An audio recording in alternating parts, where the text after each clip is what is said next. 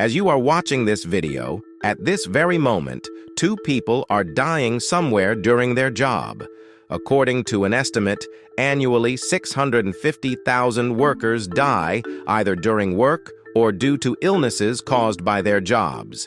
In this video, we will once again discuss some of the most dangerous jobs that are considered so risky they can even cost someone's life. Number 6. When India gained independence from British rule in 1947, it had to import salt to meet its demands. Today, India is the 3rd largest producer of salt, not only fulfilling its own needs, but also exporting Indian salt globally. Most of the salt production in India occurs in West Gujarat. These colorful rectangles seen in satellite footage are salt evaporation ponds. Here, salt workers produce salt using the solar evaporation method in scorching heat. First, they wait for the right weather with no rain. Then they prepare the ponds by partitioning the soil. After that, the backbreaking work begins. Heavy rollers are used to solidify the ponds with manual effort. The harder the ground, the better quality salt will be produced. Rollers have to be run 20 to 25 times on each pond. In Gujarat's blazing heat, working the entire day often causes these workers to suffer from dehydration. These workers then dig into the ground to find brine water, which is water with a very high salt content. This water is pumped into the ponds using solar motors. After several months, the water evaporates, leaving behind salt crystals. Working in these conditions is far from safe. These farmers not only have to toil under the scorching sun all day, but the acidic brine water also damages their skin. Additionally, these farmers lose their eyesight at a very young age because the sunlight reflects off the white salt, intensifying the brightness, which severely harms their eyes. Despite all their hard work, these farmers earn only 30 paisa per kilogram of salt sold. Number 5. The global demand for sulfur is worth $6 billion, but the workers who mine it earn just daily wages. These workers risk their lives to collect sulfur from the most dangerous places in the world. Sulfur is used in trillion-dollar industries such as car batteries, fertilizers, and oil refining. It is also the sulfur that turns sugar from brown to white. Besides all this, sulfur is an excellent plant nutrient. Without sulfur, the agriculture sector would suffer greatly, as crops need it for good yields. While sulfur has become essential for us, extracting it is extremely difficult. This is the Ijen crater in East Java, Indonesia, an active volcano crater where deadly gases are constantly released. These harmful gases condense into a liquid that drips from pipes and, when cooled, turns into sulfur chips. Workers have to venture into these dangerous gases to collect the sulfur chips. Each worker carries 200 kilograms of sulfur on their shoulders daily, climbing the crater and then selling it at the market far away. They earn between 75,000 to 100,000 Indonesian rupiahs, which is equivalent to just $7 US.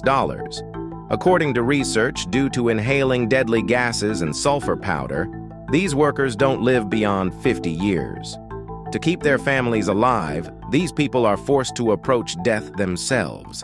This is why sulfur, also known as devil's gold, is considered one of the most dangerous jobs in the world, as it is extracted from active volcanoes. Number 4. Welders have to protect themselves from heat, fireballs, and explosions during welding, but when this work is done underwater, the difficulty increases tenfold. Yes, the job of an underwater welder is considered one of the most dangerous jobs in the world. Employees in this field have to perform welding underwater for the repair of pipelines, ships, dams, and offshore oil platforms.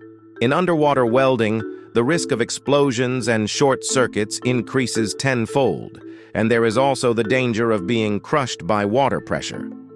According to the Disease Control Department, the death rate for underwater welders is 40% higher than that of surface welders. Additionally, if welding is done on a ship or oil rig, the damage caused by fuel leakage can be unimaginable. Number 3. These limestone cliffs in Southeast Asia may look barren and worthless, but they actually conceal something very valuable. The bird, known as the swiftlet, nests in these cliffs, far from predators, in the dark caves. Unlike other birds, it does not build its nest with twigs, but rather with its own saliva.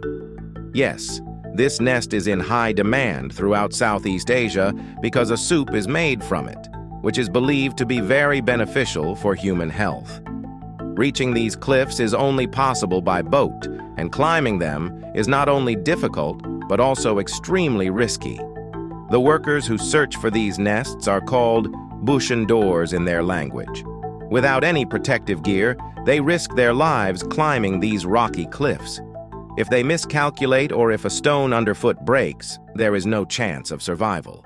The swiftlets build their nests in very dark and high caves. After reaching these caves, the buchendeurs first search for the nests and then carefully separate them from the rocks. Some nests are within reach, while others are so high that it is impossible to reach them.